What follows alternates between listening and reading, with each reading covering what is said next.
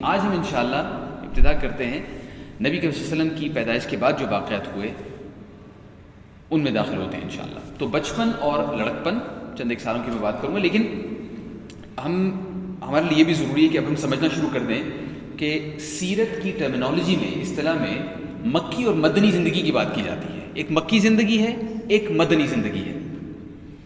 ان کے اندر کتنا زیادہ وقت گزارا گیا اور ہمارے پاس کتنا زیادہ مواد موجود ہے اس کے بارے میں.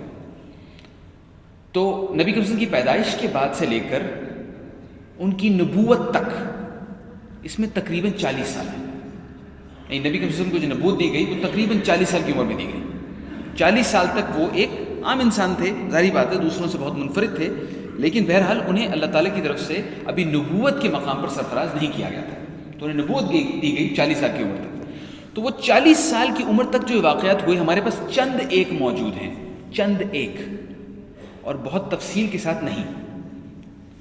یہ پہلی بات ہے. اس کے بعد نبی کریم صلی اللہ علیہ وسلم کو نبوت ملی، اور نبوت سے لے کر ہجرت تک کا جو دور ہے یہ 13 سال پر مشتمل ہے. 40 سال کی زندگی، پھر 13 سال کی زندگی جو مکہ میں گزاری ہجرت سے پہلے، اور ہجرت کے بعد نبی کریم صلی اللہ علیہ وسلم کی وفات تک تقریباً 10 سال. تو اس سے یہ ٹوٹل کتنا بنتا ہے؟ 63 سال. اور 63 سال ایسے ڈیوائڈڈ ہے.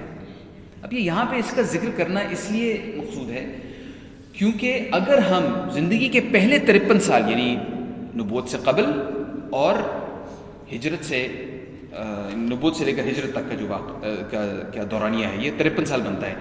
اس تمام مواد کو اکٹھا کر لیں کہ ہمارے پاس کتنے حوالے ہیں، کیا کیا انفارمیشن آتی ہے، اس ساری انفارمیشن کو اکٹھا کر لیں تو وہ آدھی ہے نسبتاً اس انفارمیشن کے جو ہجرت کے بعد ہے. میں اس چیز کو دہرا دیتا ہوں تاکہ سب کو سمجھ آ جائے. ہجرت کے بعد کے واقعات ہیں ان کی بہت زیادہ تفصیل ہے ہمارے پاس. ہجرت سے پہلے والے جو واقعات ہیں ان کی کم تفصیل ہے، اور نبوت سے پہلے والے واقعات کی بہت ہی کم تفصیل ہے. بلکہ ہم کئی دفعہ ہمارا جو سیرت پڑھتا ہے یا سیرت کی تعلیم حاصل کرتا ہے اس کے دل میں کئی دفعہ ایک تشنگی پیدا ہوتی ہے، کاش ہمیں پتہ ہوتا کہ نبی کریم صلی اللہ علیہ وسلم اس وقت جب وہ 26 سال کے تھے وہ کیا کر رہے تھے، جب وہ بھیڑ بکریاں چرانے کے لیے جاتے تھے تو کیا ہوتا تھا، جب وہ اپنے دوست احباب سے، اپنے رشتہ داروں سے بات کرتے تھے تو کیسے کرتے تھے. تو ہمیں اس کے بارے میں جو تھوڑی سی ہمارے پاس معلومات ہیں ہم ان پر اکتفا کرتے ہیں، لیکن اس سے زیادہ ہمارے پاس معلومات نہیں ہیں.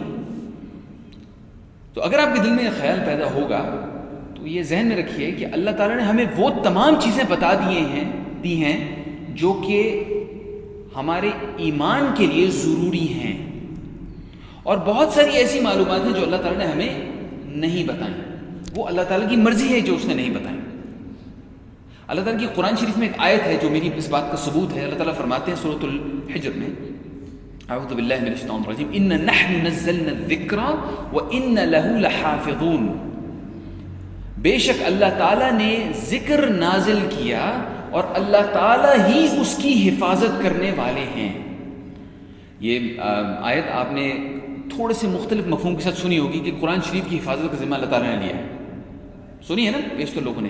لفظ یہاں پہ قرآن استعمال نہیں کیا گیا، حالانکہ قرآن ایک لفظ، ایک اصطلاح قرآن شریف میں موجود ہے، لیکن یہاں پہ لفظ استعمال کیا گیا ہے ذکر. ان نحن نزلنا الذکر وان له لحافظون. ذکر میں قرآن شریف بھی شامل ہے اور باقی دینی علوم بھی شامل ہیں، اس میں سیرت، حدیث، سارا کچھ آ جاتا ہے. ان سب کی حفاظت کا ذمہ اللہ تعالیٰ نے لیا ہے. یہ خود اللہ تعالیٰ قرآن شریف میں فرما رہے ہیں. تو ہمیں پکا یقین ہے، اعتماد ہے ایک مسلمان کی حیثیت سے کہ جو چیزیں اسلام میں ہمارے سیکھنے کے لیے ضروری ہیں وہ بہرحال ہمیں بتا دی گئی ہیں. اور اگر کوئی انفارمیشن ہمیں نہیں ملتی، کوئی ایسی معلومات ہے جو ہم تک نہیں پہنچتی، تو اللہ تعالیٰ کی اس کے اندر کوئی حکمت ہے. اچھا، اب ہم ان واقعات کے بارے میں بات کرتے ہیں جو نبی کریم صلی اللہ علیہ وسلم کی پیدائش کے بعد پیش آئے. ہم نے اس بارے میں پہلے بات کر لی ہے کہ مکہ شریف میں نبی کریم صلی اللہ علیہ وسلم پیدا ہوئے. ان کے والد صاحب فوت ہو چکے تھے. مکہ کے لوگوں میں ایک دستور تھا، ان کے عالی لوگوں میں، بلند لوگوں میں ایک دستور تھا، سرداروں میں، کہ وہ اپنے نومولود بچوں کو شہر سے باہر بادیہ کو اردو میں کہتے ہیں دیہی علاقے، صحرائی علاقے میں بھیج دیتے تھے.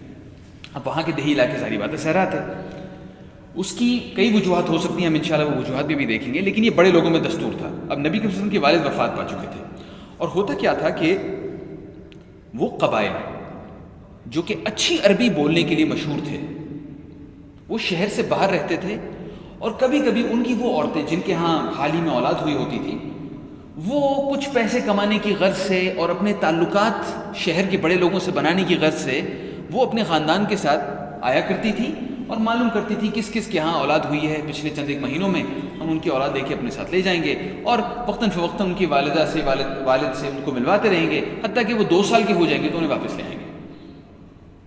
تو نبی صلی اللہ علیہ وسلم کی والدہ نے بھی اسی طریقے سے کوشش کی کہ والد نہ ہونے کے باوجود ان کی بہترین تربیت کی جا سکے، جو ان کے ہاں بہترین تربیت کنسیڈر کی جاتی تھی، اور بہترین تربیت یہ تھی کہ جو خالص عربی بولنے والا قبیلہ ہے، سب سے اچھی عربی بولنے والا قبیلہ ہے، جس کا نام تھا بنو سعد بن بکر۔ بنو سعد بن بکر نامی قبیلہ کسی طریقے سے نبی صلی اللہ علیہ وسلم کی تربیت کے لیے انہیں وہاں بھجوایا جائے۔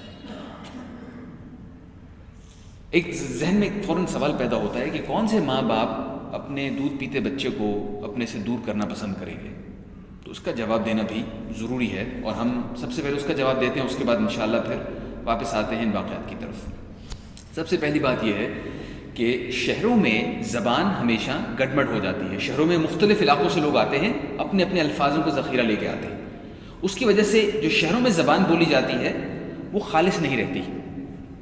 تو عرب یہ چاہتے تھے، خاص طور پہ مکہ کے جو سردار ہیں وہ یہ چاہتے تھے کہ ان کے بچوں کی تربیت ایسے ہو کہ انہیں خالص عربی زبان بولنی آئے۔ تو ایک تو یہ وجہ تھی انہیں صحرا میں بھجوانے کی۔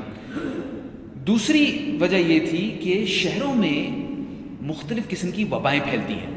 آپ شہر میں رہتے ہیں، آپ کو پتہ ہے کہ کسی ایک کو زکام ہوتا ہے تو پھر پورے شہر کو زکام ہوتا ہے، یہ اس لیے کہ لوگ ایک دوسرے کے قریب ہوتے ہیں، وہ وبا پھیلتی ہے۔ نبی کے وسلم کے زمانے میں تو مختلف قسم کی وبائیں تھیں جن کے لیے دوا نہیں تھی، تو اگر کسی کو اس قسم کی وبا ہو جائے، وہ بیماری ہو جائے، تو پھر موت واقع ہو جاتی تھی۔ تو بے شمار چھوٹے بچے تھے جو کہ بالکل نومولودگی میں ہی، زندگی کے پہلے سال میں ہی فوت ہو جاتے تھے۔ ان سے بچانے کے لیے بھی عرب اپنے بچوں کو اس وقت تک شہر سے باہر بھجوا دیتے تھے جب تک وہ تھوڑے سے مضبوط ہو جائیں، جسمانی طور پہ مضبوط ہو جائے، اور ان کے اندر اتنی قوت آ جائے کہ وہ ان بیماریوں کا مقابلہ کر سکیں۔ اور تیسری وجہ یہ تھی کہ عرب خاص طور پہ مکہ کے سردار یہ کوشش کرتے تھے کہ ان کے بچوں کو جفا کشی کی عادت پڑے، سخت زندگی گزارنے کی عادت پڑے۔ اس کی وجہ یہ ہے کہ جو چھوٹا بچہ ہوتا ہے اسے آپ جس بھی ماحول میں ڈال دیں وہ اس ماحول کا عادی ہو جاتا ہے اور اس کو ماحول اچھا لگتا ہے۔ تو اگر وہ صحرائی زندگی کا عادی ہوگا اور پھر شہر میں آئے گا تو پھر شہری زندگی تو اسے بڑی آسان لگے گی نا، آرام دہ لگے گی۔ تو ان کے ذہن میں یہ بھی تھا کہ ہم اپنے بچوں کو جفا کشی کی عادت ڈال دیں۔ نبی صلی اللہ علیہ وسلم کی والدہ نے ان کو جب بنو سعد کے پاس بھجوایا، نقشے پہ آپ دیکھیے مکہ سے جنوب مشرق میں واقع ہے ایک شہر جس کا نام ہے طائف۔ ہو سکتا ہے آپ میں سے چند ایک لوگوں کو وہاں جانے کا موقع ملا ہو۔ طائف کے بالکل ہلکے سے جنوب میں، یعنی مکہ سے تقریباً 150 کلومیٹر کے فاصلے پر وہ علاقہ ہے جسے اب بھی سعودی عرب میں دیار بنی سعد کہتے ہیں، یعنی بنی سعد کے گھر۔ یہ بنی سعد بن بکر کا علاقہ تھا، یہ قبیلہ یہاں پہ رہتا تھا۔ اس قبیلے کی کچھ خواتین اپنے شوہروں کے ساتھ، یہ وہ خواتین تھیں جن کے ہاں حال ہی میں اولاد ہوئی تھی، یہ مکہ تشریف لائیں اور انہوں نے معلوم کرنے کی کوشش کی کہ کون سا گھر ہے جہاں پر اولاد ہوئی ہے اور ہم وہ بچے اپنے ساتھ لے کے جانا چاہتے ہیں۔ چند ایک دن وہ وہاں پہ رہیں تو حضرت حلیمہ خود بیان کرتی ہیں رضی اللہ تعالیٰ عنہ، کیونکہ بعد میں بہت بعد میں جب اسلام آیا تو اس کے بعد مسلمان بھی ہو گئی تھی، تو یہ صحابیہ بن گئی۔ تو حضرت حلیمہ خود بیان کرتی ہیں کہ ہمارے گھر میں بڑی غربت تھی اور میں چاہتی تھی کہ اب اپنے گھر کا کچھ، میں اپنے میاں کا کچھ ہاتھ بٹاؤں، تو اس لیے میں چلی گئی اپنے شوہر کے ساتھ اور باقی اپنی سہیلیوں کے ساتھ کہ مکہ میں کون کون ہے جس کے گھر اولاد ہوئی ہے، ہو سکتا ہے ہمیں کوئی بچہ دے دے، اور پھر اس کے والد سے ہمیں یہ امید ہوتی تھی کہ وہ ہمارے ساتھ کچھ خیر کریں گے۔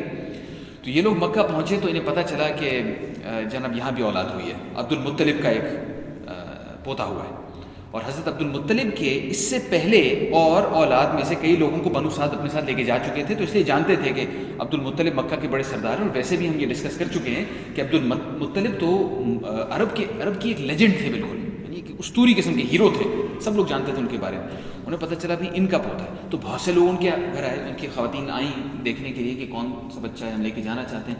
لیکن وہ پہنچے ہی وہاں پہ تو جس کو پتہ چلتا تھا کہ ان کے والد نہیں ہیں, اس بچے کے والد فوت ہو چکے ہیں, تو وہ پھر معذرت کر کے چلی جاتی تھی, پھر دوسری بھی, تیسری بھی, چوتھی بھی, حتیٰ کہ حضرت حلیمہ کو کوئی بچہ نہیں ملا, لیکن باقی سب سہیلیوں کو کوئی نہ کوئی بچہ مل گیا.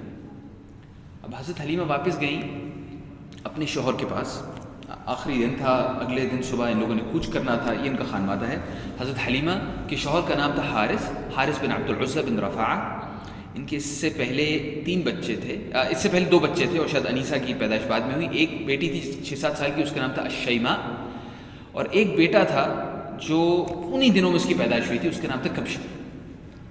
تو حضرت حلیمہ نے اپنے شوہر سے کہا کہ میری ساری سہیلیوں کو کوئی نہ کوئی بچہ مل گیا ہے, مجھے ابھی تک کوئی نہیں ملا, تو مجھے مطلب اچھا نہیں لگتا کہ وہ سب اپنے ساتھ بچوں کو لے کے جائیں اور میں کسی کو نہ لے کے جاؤں. تو ان کے شوہر نے انہیں کہا کہ دیکھو وہ جو ایک یتیم بچہ ہے, کیوں نہ ہم اس کو لے لیں, شاید اللہ تعالیٰ اس کے ذریعے ہم پر بھی رحمت کرے.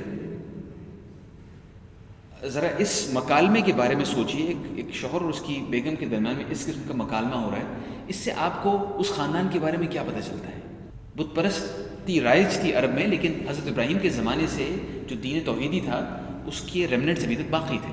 تو یہ اچھے دل کے لوگ تھے, اور اللہ تعالیٰ نے ان کو چنا ہوا تھا اللہ کے نبی صلی اللہ علیہ وسلم کو گود دینے کے لیے.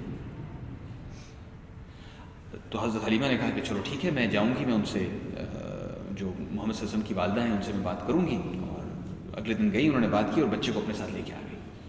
اس کے بعد ہمیں کچھ بڑی محیر العقول یعنی عجیب قسم کی باتیں خود حضرت حلیمہ بتاتی ہیں.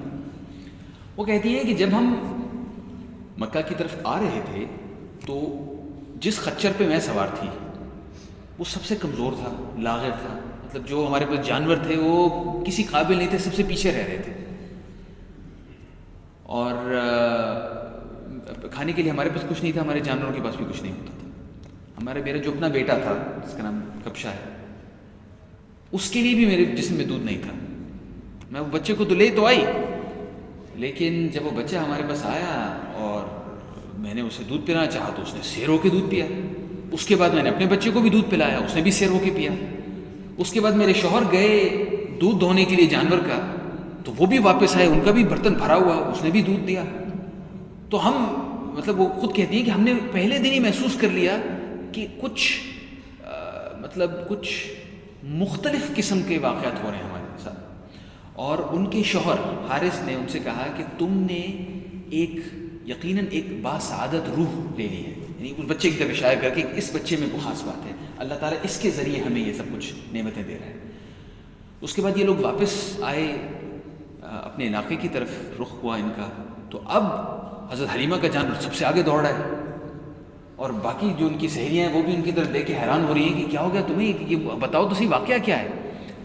اگلے 2 سال جو نبی کریم صلی اللہ علیہ وسلم نے بنی سعد میں گزارے, میں آپ کو اس علاقے کی چند ایک تصاویر دکھانا چاہتا ہوں.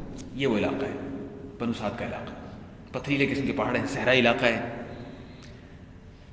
تو اس علاقے میں جو وقت اللہ کے نبی صلی اللہ علیہ وسلم نے گزارا, ہمیں اس کے بارے میں صرف چند ایک چیزیں پتہ ہیں جو حضرت حلیمہ بتاتی ہیں.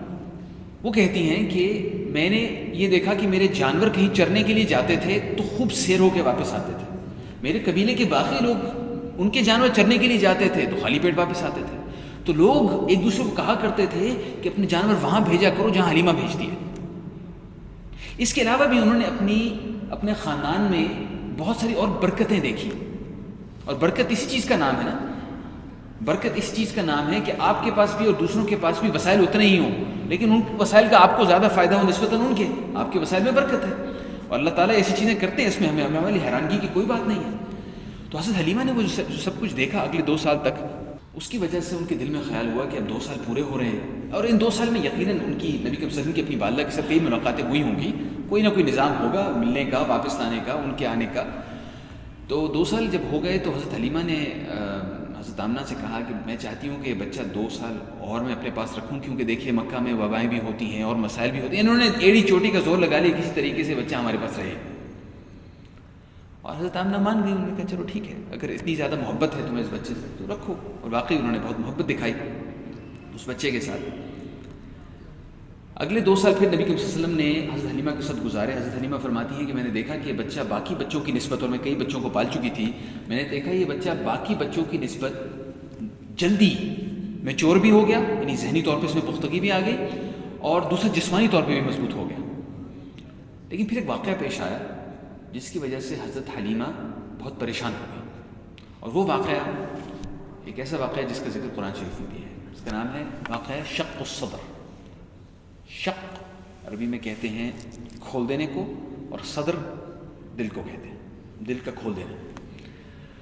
تو یہ حدیث ہے جو انس بن مالک رضی اللہ عنہ, جو کہ ایک چھوٹے عمر کے صحابی ہیں, یعنی نبی کریم صلی اللہ علیہ وسلم کی زندگی میں ان کی عمر بہت کم تھی, انس بن مالک, اور انہوں نے نبی کریم صلی اللہ علیہ وسلم کے ساتھ بہت سارا وقت گزارا, اور بہت ساری قربت کی وجہ سے انہیں نبی کریم صلی اللہ علیہ وسلم کے بارے میں بہت زیادہ تفصیل معلوم تھی.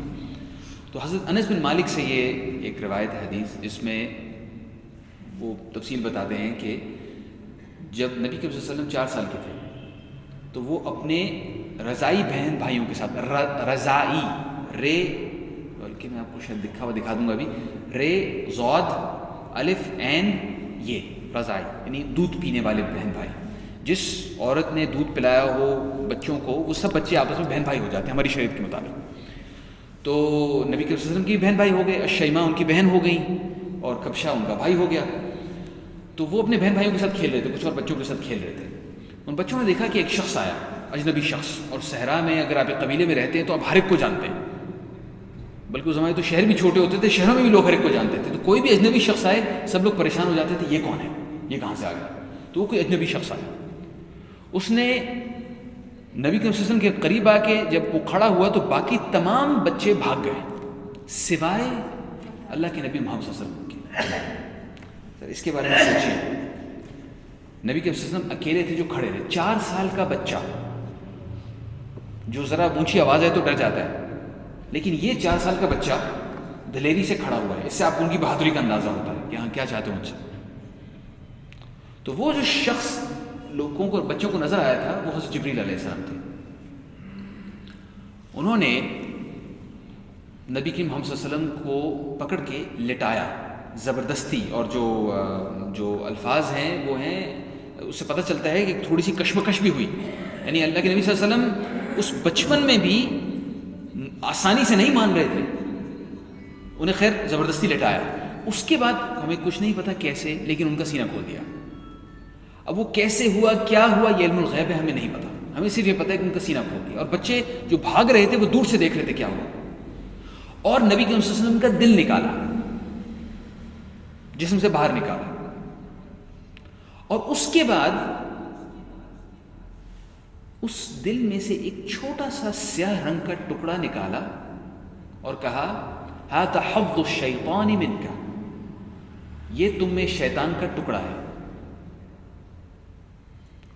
اس کے بعد ان کے دل کو زمزم کے پانی سے ایک سنہری تشت میں دھویا, اور اس کے بعد ان کا دل واپس آ گیا اور ان کا سینہ بند کر دیا. میں یہ شیطان والی بات پہ بھی واپس آتا ہوں, یہ جو سیاہ ٹکڑا ہے اس کے بارے میں ہم تفصیل سے بات کرتے ہیں, لیکن پہلے یہ واقعہ مکمل کر لوں. وہ بچے بھاگتے بھاگتے اپنے ماں باپ کے پاس گئے اور کہے کہ محمد صلی اللہ علیہ وسلم کو قتل کر دیا گیا, محمد صلی اللہ علیہ وسلم کو مار دیا گیا. تو اب حلیمہ اور ان کے خاندان والے بھی بڑے پریشان ہو گئے. وہ پہنچے وہاں پر, وہ شخص تو انہیں نظر نہیں آیا, انہیں صرف یہ نظر آیا کہ اللہ کے نبی صلی اللہ علیہ وسلم بیٹھے ہوئے ہیں, ان کا چہرہ زردی مائل ہے, یہ رنگ اڑا ہوا ہے, لیکن رو نہیں رہے. اس سے ہمیں ان کی بہادری کا بھی اندازہ ہوتا ہے, لیکن یہ بھی پتہ چلتا ہے کچھ ہوا تھا. پھر انہوں نے ان کے سینے کو دیکھا تو انہیں سینے پہ ایک لکیر نظر آئی, ایسی لکیر کے کچھ بند کیا گیا, ایسی لکیر جو اگر کسی کا آپریشن ہو مثال کے طور پہ اس میں نظر آتی. اگر اللہ چاہتا تو لکیر نہ ہوتی, اللہ تعالیٰ کے لیے مشکل ہے اس کو ایسے بند کرنا, اسی نے ہمیں بنایا ہے, وہ چاہتا تو لکیر نہ ہوتی. لیکن وہ لکیر اس وقت تک تھی جب نبی کریم صلی اللہ علیہ وسلم اپنی عمر کے آخری حصے میں تھے اور حضرت انس بن مالک انہیں دیکھ رہے تھے. وہ حدیث میں کہتے ہیں کہ میں نے وہ لکیر ان کے سینے پہ دیکھی. خیر حضرت حلیمہ نے جب یہ دیکھا تو وہ بہت ڈر گئیں, انہیں پہلے سے اندازہ تھا کہ یہ نبی کے وسلم کا معاملہ دوسروں سے بہت مختلف ہے، اور انہوں نے پھر کہا کہ ٹھیک ہے میں بچے کو واپس ان کی والدہ کے پاس لے جاتی ہوں، اور وہ نبی کے وسلم کو واپس لے آئیں۔ اس کی ریفرنس قرآن شریف میں ہے سورۃ الشرح میں، الم نشرح لک صدرک، کیا ہم نے آپ کا دل، نبی کے وسلم کا آپ کا دل نہیں کھولا؟ اس کی تفسیر میں علماء دو چیزیں بتاتے ہیں، ایک تو ہے دل کھولنا تاکہ اس کے اندر ایمان آ سکے، اور دوسرا ہے یہ فزیکلی دل کھولنا، اور دل 2 دفعہ کھولا گیا۔ ایک تو یہ واقعہ جو میں نے بیان کیا ہے، 4 سال کی عمر تھی، دوسری دفعہ کب کھولا گیا؟ اسراء و معراج میں، اسراء و معراج، یعنی اس واقعے کے تقریباً 45 سال کے بعد، شاید تقریباً 45 سال کے بعد جب دوسری دفعہ کھولا گیا تو وہ شیطان والا وہ جو سیاہ حصہ تھا وہ نہیں تھا، ظاہری بات ہے وہ تو پہلے نکال دیا گیا تھا۔ اب وہ شیطان والا سیاہ حصہ کیا تھا، ہمیں اس کے بارے میں بڑی محدود سی انفارمیشن ہے، ہمیں صرف یہ بتایا گیا کہ اس طرح کا ایک جو حظ الشیطان ہے یہ شاید ہر انسان کے اندر ہوتا ہے۔ شیطان، چند ایک منٹ ہم اس چیز کے بارے میں بات کر لیں تاکہ یہ واضح ہو جائے۔ شیطان انسان سے شدید نفرت کرتا ہے اور حسد رکھتا ہے۔ اللہ تعالیٰ قرآن شریف میں فرماتے ہیں ان شیطان لکم عدو، شیطان بے شک تمہارا دشمن ہے، فاتخذوہ عدوا، تو اسے دشمن کے طور پر لو۔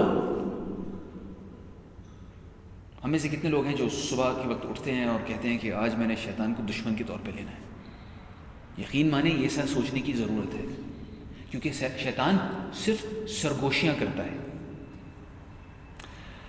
نبی صلی اللہ علیہ وسلم نے فرمایا، اور یہ روایت متفق علیہ ہے، بخاری اور مسلم دونوں میں ہے، نبی صلی اللہ علیہ وسلم نے فرمایا ما من مولود یولد الا والشیطان یمس حین یولد، جب وہ پیدا ہوتا ہے، ہر بچہ جب پیدا ہوتا ہے تو شیطان اس کو تنگ کرتا ہے جب ہوتا ہے کچھ، فیستحل صارخا من مس الشیطان ایاہ الا مریم وابنها، اور وہ بچہ پھر اس کی وجہ سے چیختا ہے اور روتا ہے، جو ہی بچہ پیدا ہوتا ہے وہ چیختا ہے اور روتا ہے۔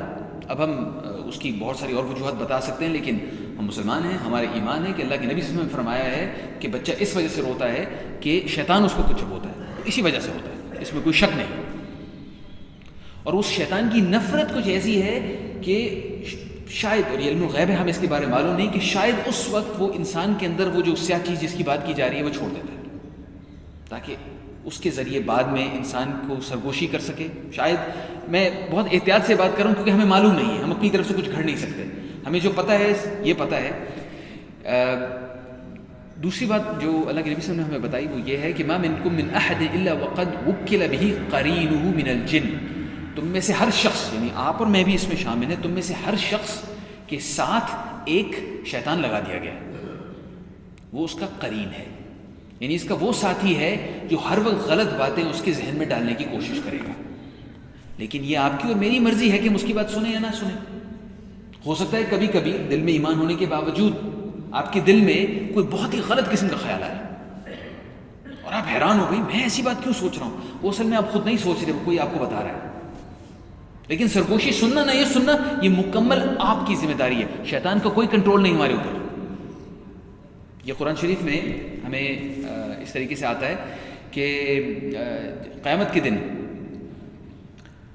سورۃ ابراہیم میں ہے، قال الشیطان لما قضی الامر ان اللہ وعدکم وعد الحق ووعدتکم فاخلفتکم وما كان لی علیکم من سلطان، اور میرا تمہارے اوپر کوئی کنٹرول نہیں تھا، الا سوائے اس کے ان دعوتکم کہ میں تمہیں دعوت دیتا تھا، فاستجبتم لی، تو پھر یہ ساری باتیں ان کے بارے میں بات ہو رہی ہے جنہوں نے گناہ کیے، فاستجبتم لی، تو پھر تم نے اس کا جواب دیا، اس دعوت کا تم مان گئے، فلا تلومونی، تو مجھے الزام نہ دو، ولوموا انفسکم، اپنے آپ کو الزام دو۔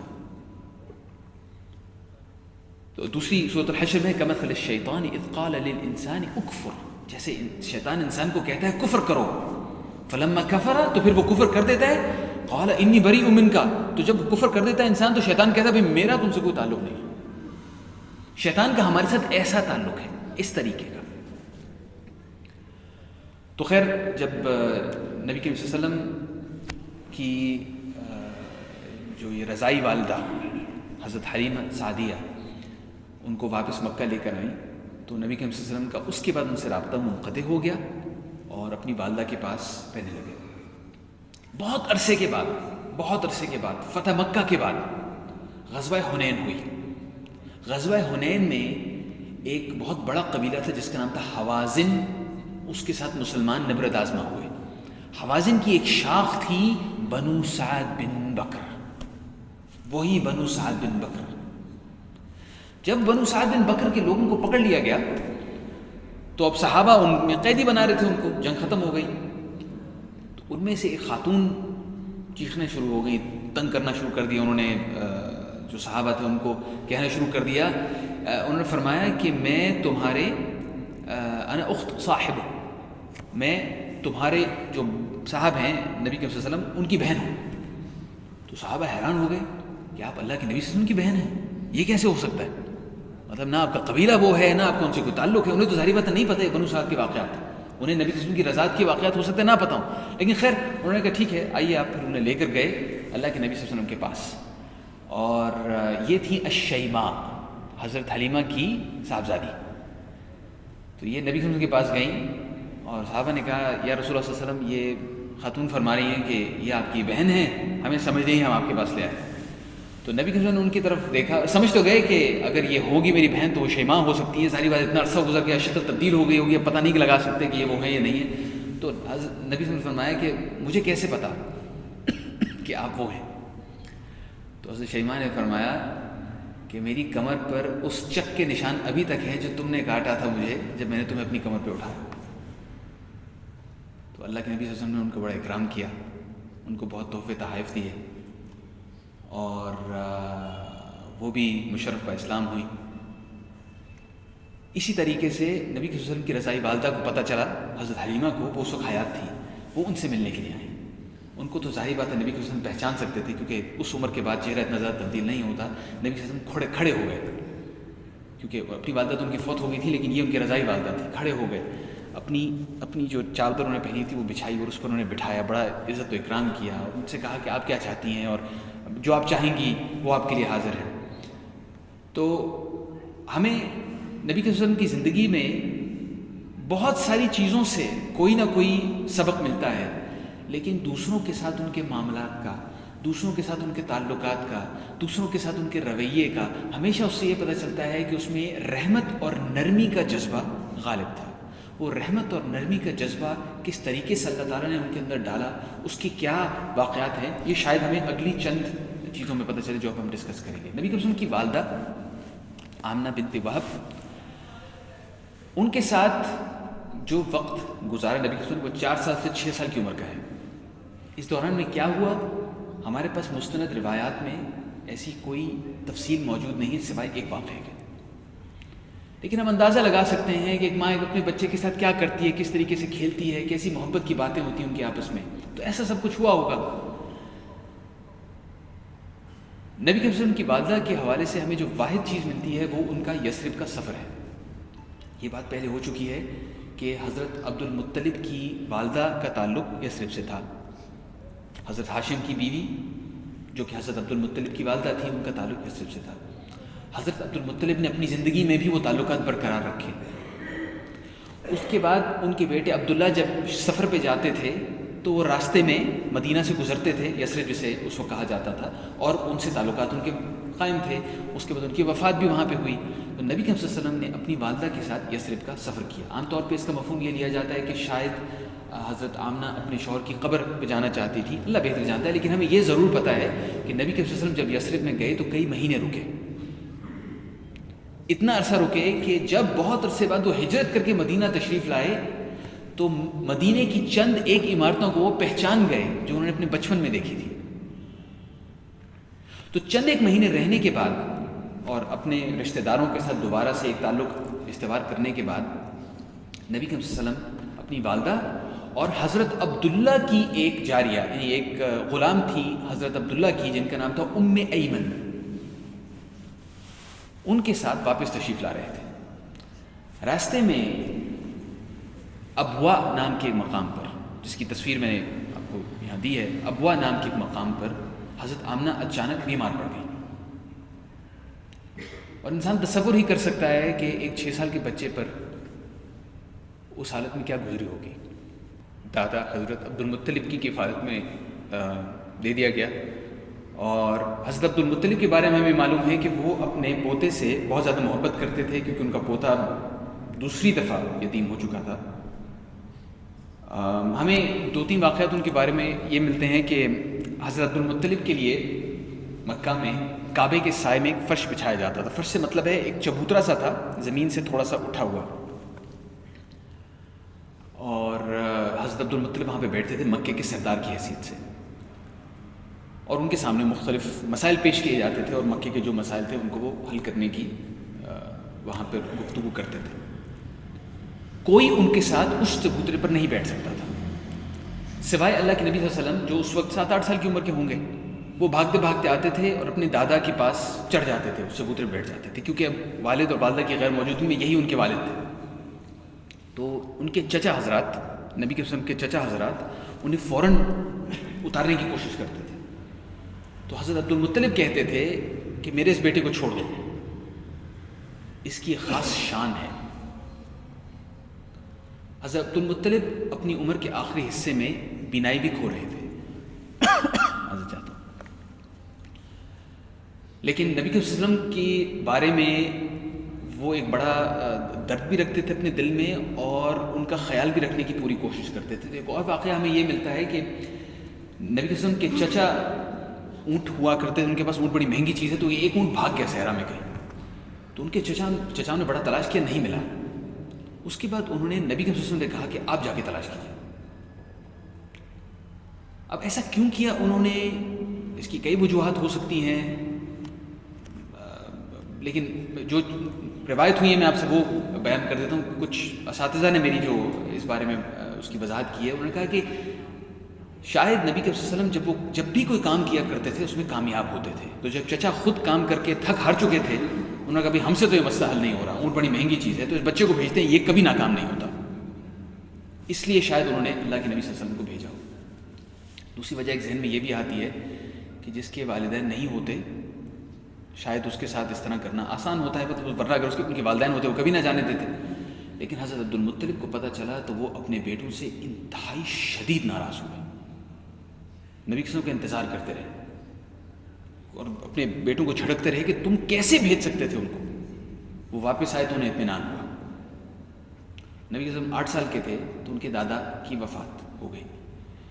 دادا نے فوت ہونے سے پہلے نبی کے وسلم کے ایک چچا کو اپنے پاس بلایا۔ یہ وہ چچا تھے، کئی چچا تھے نبی کے وسلم کے، حضرت عبد المطلب کی جیسے ہم پہلے یہ بات کر چکے 10 بیٹے، لیکن ان میں سے اس چچا کو اپنے پاس بلایا جو کہ والد اور والدہ دونوں کی حیثیت سے حضرت عبداللہ کے بھائی تھے۔ باقی چچا اور خواتین سے تھے، لیکن حضرت عبداللہ اور حضرت ابو طالب ایک والدہ سے تھے۔ تو انہوں نے حضرت ابو طالب کو اپنے پاس بلایا اور ان سے کہا کہ اس بچے کی ذمہ داری میں آپ کے سپورٹ کرتا ہوں۔ نبی کریم صلی اللہ علیہ وسلم اس کے بعد اپنے چچا کے ساتھ رہے، اور ان کے چچا نے واقعی اپنی ذمہ داری بہترین انداز میں کی۔ اس وقت تک نبی کے وسلم کا ساتھ دیا جب تک ان کے جسم سے روح پرواز نہیں کر گئی، اس کے باوجود کہ وہ اسلام نہیں لائے، لیکن ایک چچا کی حیثیت سے انہوں نے اپنے بھتیجے کو کئی دفعہ اپنی اولاد پر بھی مقدم جانا۔ یہ وہی ابو طالب ہے جن کی اولاد میں حضرت علی اور حضرت جعفر ہے، اور نبی کے صلی اللہ علیہ وسلم کا بھی ان کے ساتھ بڑا ہی گہرا رشتہ تھا، کیونکہ یہ اسی گھر میں بڑے ہوئے تھے۔ حتیٰ کہ حضرت ابو طالب کے خاندان کے ساتھ نبی کے وسلم کا تعلق اپنی بیٹی کے ذریعے بھی اس کے بعد چلتا رہا۔ ایک اور سوال ہمارے ذہن میں یہ پیدا ہونا چاہیے کہ اللہ تعالیٰ نے جو بھی کام کیا اس کے پیچھے ان کی کیا مشیت تھی، کیا وجہ تھی، کیا ہم اس سے کیا حکمت سیکھ سکتے ہیں ان آزمائشوں سے جن میں اللہ کے نبی صلی اللہ علیہ وسلم کو گزارا گیا اتنی چھوٹی سی عمر میں۔ یتیم پیدا ہونا، اور یہ بہرحال ایک حقیقت ہے کہ جو بچہ ایسے پیدا ہوتا ہے کہ اس کے والد یا والدہ یا دونوں نہیں ہیں، تو اس کے لیے چیزیں تھوڑی سی سخت ہو جاتی ہیں، باوجود اس کے کہ اس کے رشتہ دار موجود ہوں اور اس کے ساتھ محبت کریں یا دوسرے لوگ اس کے ساتھ محبت کریں، اس کے باوجود اس کے لیے معاملہ تھوڑا سا سخت ہوتا ہے، کم از کم دل میں محسوس ضرور کرتا ہے۔ اس کے بعد ان کی والدہ کا فوت ہو جانا، اس کے بعد ان کے دادا کا فوت ہو جانا، یعنی ہر کچھ عرصے کے بعد ان پر ایک نئی مصیبت ہمیں نظر آ رہی ہے۔ تو اس کے حوالے سے ہمیں کچھ اشارہ ملتا ہے باقی انبیاء کے واقعات میں جو قرآن شریف میں بیان ہوئے. مثال کے طور پہ حضرت موسیٰ کا واقعہ جس میں سورہ طٰہٰ میں اللہ تعالیٰ کہتے ہیں وَاصْطَنَعْتُكَ لِنَفْسِي. اور حضرت موسیٰ علیہ السلام کے بارے میں کہا جا رہا ہے کہ ان پر جو بچپن میں مصیبتیں گزاری گئیں اپنی والدہ سے، انہیں مطلب حضرت موسیٰ کی والدہ نے انہیں ایک چھوٹے سے وہ لکڑی کے اس ڈبے میں ڈالا جو کہ دریا میں ڈال دیا، اور اس کے بعد وہ اپنے دشمن کے گھر میں ان کی پرورش ہوئی وغیرہ وغیرہ. وَاصْطَنَعْتُكَ لِنَفْسِي، اللہ تعالیٰ انہیں اپنی حفاظت میں ان کی پرورش کرے. کسی اور شخص کو یہ کہنے کا موقع نہ ملے کہ نبی صلی اللہ علیہ وسلم کو تو میں نے جوان کیا، یہ سارا میرا کیا ہے. ایسا کوئی شخص نہیں تھا، ان کے اپنے والدین بھی نہیں تھے، صرف اللہ رب العزت تھے. اسی طریقے سے وَلِتُصْنَعَ عَلَىٰ عَيْنِي، اللہ تعالیٰ حضرت موسیٰ کے بارے میں فرما رہے ہیں، اور نبی کریم صلی اللہ علیہ وسلم پہ بھی یہ بات ثبت ہوتی ہے کہ آپ کی پرورش میں ہمارے سامنے ہو، اللہ رب العزت کے سامنے ہو. تو یہ ایک حکمت اس میں نظر آتی ہے. دوسری حکمت یہ نظر آتی ہے کہ اگر کسی کے والدین بچپن میں رخصت ہو جائیں تو اس کے جہاں اس کے لیے مشکل پیدا ہوتی ہے وہاں اسے تھوڑے سے کچھ فوائد بھی ملتے ہیں. مثال کے طور پہ ہم دیکھتے ہیں کہ ایسے بچوں میں ذہنی پختگی جلدی آ جاتی ہے، وہ میچور ہو جاتے ہیں جلدی. دوسرا، ان کے اندر حکمت زیادہ ہوتی ہے یا آ سکتی ہے اگر ان کی پرورش صحیح کی جائے تو. تیسری چیز یہ کہ دوسروں کے لیے دل میں ہمدردی پیدا ہو جاتی ہے، زیادہ آسانی سے دوسروں کا دکھ سمجھا جا سکتا ہے، دوسروں کے لیے ایک رحم پیدا ہو جاتا ہے. اس لیے نبی صلی اللہ علیہ وسلم نے جو احادیث فرمائی ہیں یتیموں کے بارے میں، وہ اتنی تعداد میں بھی اور اپنی اثر کے اندر بھی انتہائی زبردست ہے. مثال کے طور پہ نبی صلی اللہ علیہ وسلم نے فرمایا انا وکافل الیتیم فی الجنت ہاکذا، میں اور یتیم کی کفالت کرنے والا جنت میں یوں ہے، ایک ساتھ. تو اگر ہم چاہتے ہیں کہ نبی صلی اللہ علیہ وسلم کے قریب ہوں تو میرے بھائیوں ہمارے سامنے ابھی موقع موجود ہیں، کسی نہ کسی یتیم کی کفالت کرنا شروع کر دیجیے. کفالت کرنے کا مطلب اول تو یہ ہے کہ اگر اس کے لیے کچھ پیسے چاہیے تو پیسے دیں، لیکن اگر آپ کے پاس پیسے نہیں ہیں تو کم از کم اس کے سر پہ شفقت کا ہاتھ تو رکھا جا سکتا ہے، اس کے ساتھ کچھ وقت گزارا جا سکتا ہے تاکہ اس سے اپنے باپ کی کمی محسوس نہ ہو. اسے معلوم ہو کہ اس سے محبت کرنے والے موجود ہیں، اسے معلوم ہو کہ اسے کوئی اہمیت دیتا ہے، کوئی اس کے بارے میں سوچتا ہے. ہمارے اس شہر میں ایسے بے شمار لوگ موجود ہیں جنہیں دیکھ کر مجھے یہ محسوس ہوتا ہے کہ اللہ تعالیٰ کا شکر ہے، اللہ رب العزت کا شکر ہے کہ اس نے ہمیں اس امت میں پیدا کیا. کتنے بہترین لوگ ہیں اس شہر میں موجود ہیں جنہوں نے اپنی زندگیاں اس چیز پر لگا دی ہیں کہ وہ یتیموں کی کفالت کریں. اللہ تعالیٰ ہمیں ان کے ساتھ اور اللہ کے نبی صلی اللہ علیہ وسلم کے ساتھ جنت میں ایسے کرے جیسے انہوں نے فرمایا. آمین. یہ جب بھی آپ کے سامنے ایسی کہ کوئی شخص ایسی مصیبت میں نظر آتا ہے، یوں سمجھیے کہ اللہ تعالیٰ نے آپ کو یہ موقع دیا. یہ لو، ایسے موقع ہمارے سامنے آتے ہیں، اس موقع کو لیجئے. تھوڑا سا جبر کرنا پڑے گا، تھوڑی سی محنت کرنی پڑے گی، وہ محنت کیجئے، کیونکہ جنت اسی قسم کی محنت سے ملتی ہے. نبی صلی اللہ علیہ وسلم نے بہت عرصے کے بعد جب مدینہ وہ ہجرت کر چکے تھے تو ایک غزوے سے واپس آ رہے تھے، اور راستے میں ابوا کے مقام سے وہ گزرے. صحابہ نے صرف یہ دیکھا کہ نبی صلی اللہ علیہ وسلم عام راستے سے مڑ کر ایک طرف چل پڑے، سارے صحابہ ان کے پیچھے چل پڑے. نبی صلی اللہ علیہ وسلم کچھ قبروں میں سے گزرتے ہوئے قبر پہ پہنچے اور وہاں بیٹھ کر روتے رہے بہت دیر تک. صحابہ کہتے ہیں کہ ہمیں معلوم نہیں تھا وہ کیوں رو رہے ہیں، ہم نے کبھی انہیں ایسے روتے ہوئے نہیں دیکھا تھا، لیکن وہ ایسے روئے کہ ان کی داڑھی تر ہو گئی. تو صحابہ بھی رونے شروع ہو گئے، پوچھے بغیر کہ کیا وجہ ہے. بعد میں نبی صلی اللہ علیہ وسلم نے خود فرمایا.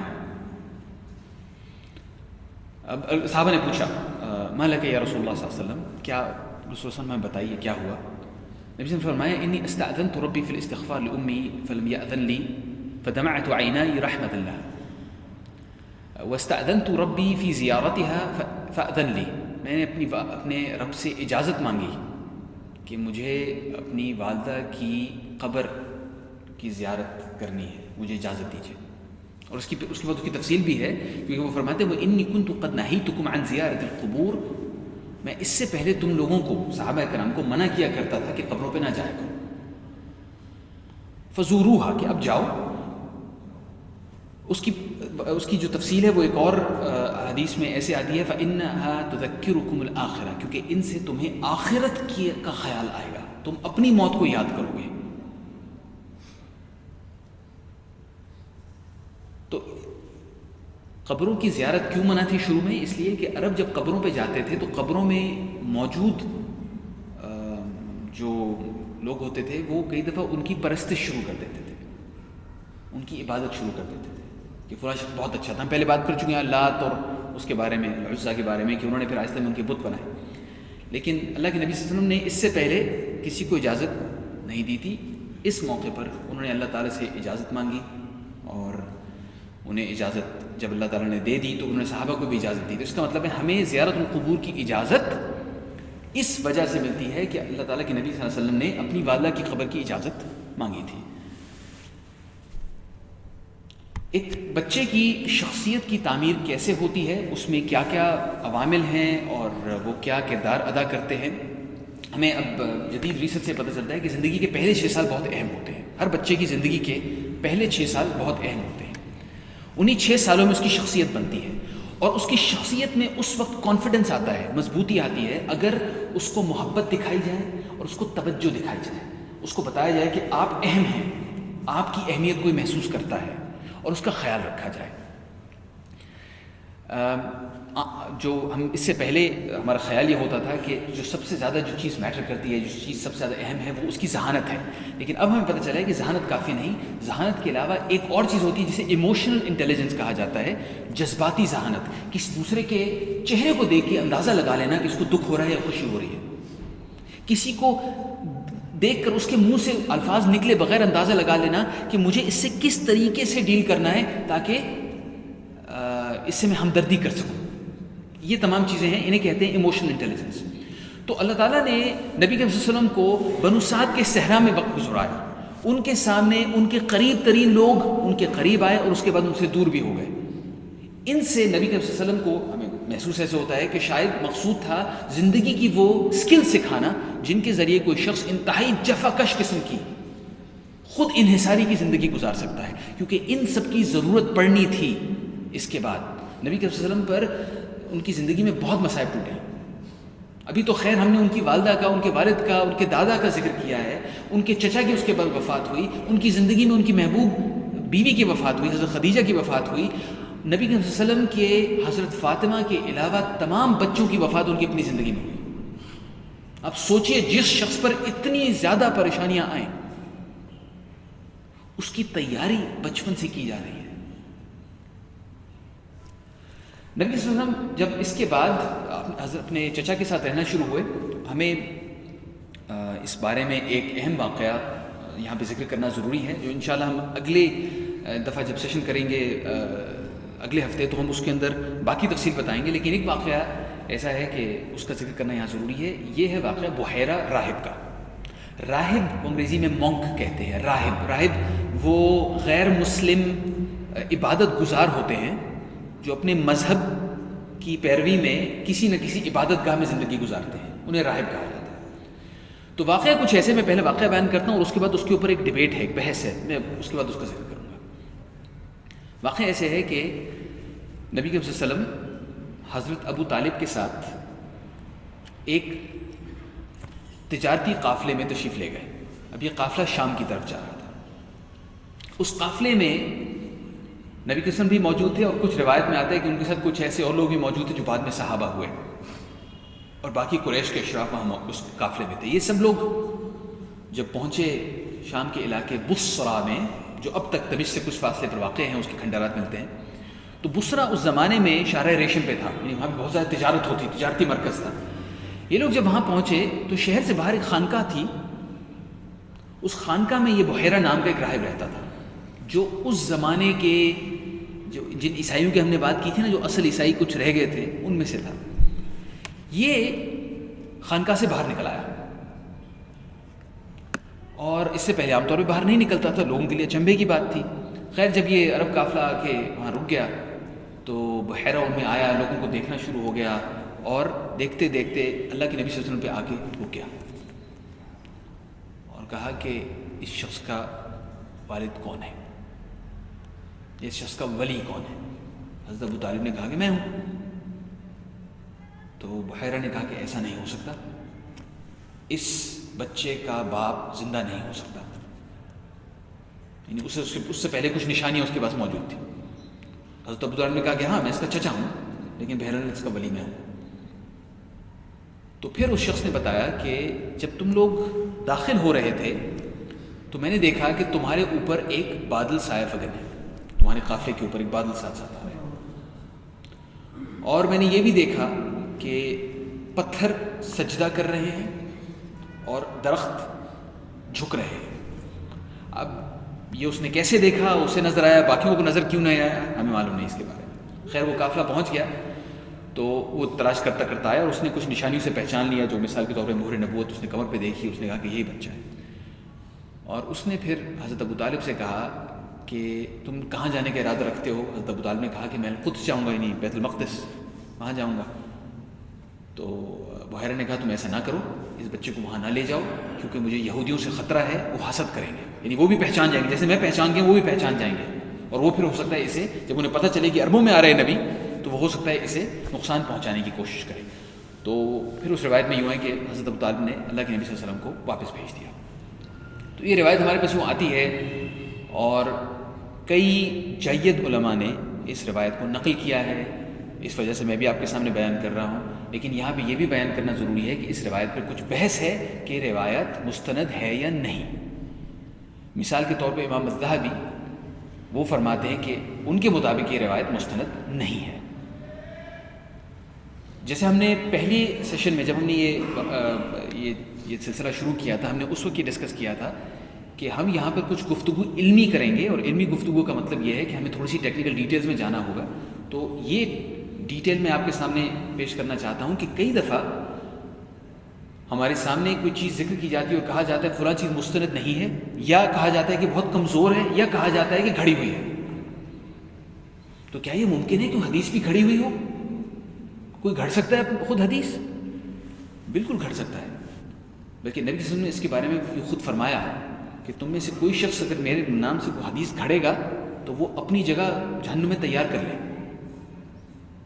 ہماری تاریخ میں متعدد مرتبہ ایسا ہوا ہے کہ لوگوں نے حدیث گھڑنے کی کوشش کی ہے، لیکن وہ کوشش ناکام ہو گئی ہے، کیونکہ حدیث کی سائنس اتنی ڈیولپڈ ہے، اتنا ہمارے پاس زبردست طریقہ ہے معلوم کرنے کا کوئی حدیث صحیح ہے یا نہیں ہے کہ وہ شخص فوراً پکڑا جاتا ہے.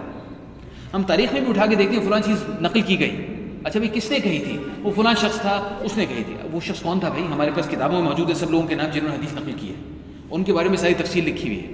وہ شخص کیسا تھا، سچا تھا، جھوٹا تھا، وغیرہ وغیرہ، اس بارے میں پہلے بات کر چکے.